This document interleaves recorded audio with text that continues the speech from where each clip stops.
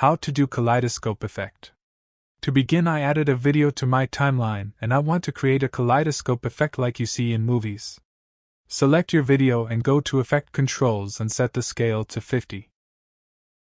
Now hold down the Alt key and drag your video to above tracks to create 4 tracks overall.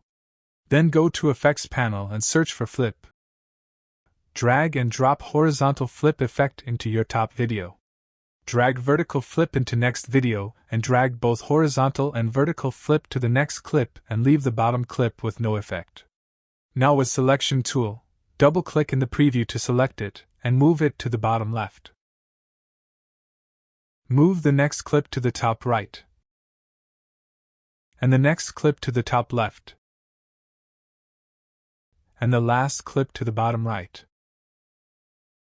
Now we have this nice kaleidoscope effect. Anyway guys, thanks for watching and I hope you found this useful.